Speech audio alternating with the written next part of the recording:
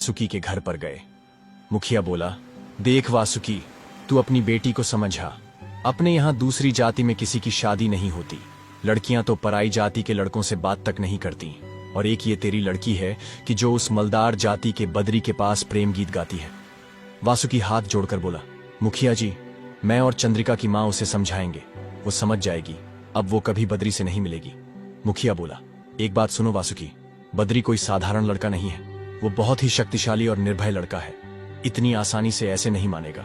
वासुकी बोला, अब तो आप ही कोई मार्ग बताइए मुखिया जी। मुखिया बोला, हम ताकत और शस्त्र से उसका मुकाबला नहीं कर सकते, परंतु एक उपाय है। तुम चंद्रिका का ब्याह जल्दी से तय कर दो। अगले महीने देव उठते ही चंद्रिका का ब्याह कर दो। वासुकी बोला, इतनी जल्दी? अब इतनी जल्दी चंद्रिका को भी समझाना होगा। मुखिया बोला, पूरी जाति में तुम्हारी बदनामी हो रही है, लोग थू थू कर रहे हैं। अगर और भी लड़कियां ऐसा करने लगी तो अगर तुम 1 सप्ताह में उसका विवाह कर दो तो ठीक, वरना हम तुम्हें इस जाति से बहिष्कृत कर देंगे, समझे? इतना कहकर मुखिया जी गांव वालों को लेकर चल गया। घर में चंद्रिका रोने लगी। वासुकी ने अपनी पत्नी से कहा, इस लड़की ने तो पूरी बिरादरी में मेरी नाक कटवा दी। इसे समझाओ कि रोना बंद करें और विवाह की तैयारी करें। चंद्रिका रोती हुई बोली, पर बाबा, एक बार मेरी सुनो तो सही। वासुकी ने कहा, पर क्या, तू इतनी लज्जाहीन हो गई है, अब अपने बाबा के सामने बोलेगी?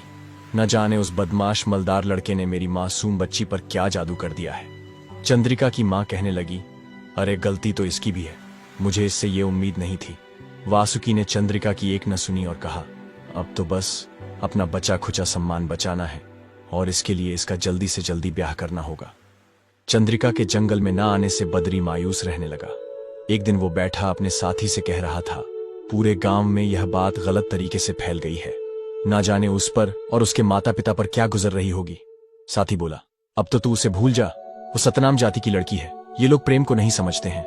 बद्री कहा, मेरा प्रेम सच्चा है, उसमें छल कपट नहीं है, उसमें तो बस पवित्रता है। बस एक बार किसी तरह चंद्रिका से मेरा मिलना हो जाए तो मैं सब कुछ ठीक कर दूंगा। बद्री की जाति का मुखिया आया और बोला, बद्री, मैं जानता हूं तुम बहुत अच्छे युवक हो, पर जाति में बटे हुए इन गांव वालों को समझाना बच्चों का काम नहीं है। मेरी मानो तो तुम अपने प्रेम को अब भूल जाओ। बद्री बोला, मुखिया जी, मैं स्वयं को भूल सकता हूं, परंतु चंद्रिका को नहीं। बद्री की जाति के लोगों ने बद्री को बहुत समझाया कि तू अपनी प्रेम कहानी को यही रोक दे तो अच्छा रहेगा। सतनाम जाति के लोग कभी तुझे अपना दामाद स्वीकार नहीं कर सकते, पर बद्री नहीं माना। उसे अपने प्रेम पर पूरा भरोसा था। गांव में घोषणा होती है, सुनो सुनो सभी सुनो, गांव में सूखा पड़ा है, इसीलिए इंद्रदेव को प्रसन्न करने के लिए महायज्ञ रखा गया है, ताकि भगवान प्रसन्न होकर बरसात करें। सभी गांव वालों को यज्ञ में उपस्थित होने का निमंत्रण दिया जाता है। वहां यज्ञ शुरू होता है, सभी गांव वाले आते हैं। मलदार जाति के लोगों में खड़ा बद्री यही सोच रहा था, चंद्रिका की बिरादरी वालों ने उसको यहां आने से रोका तो?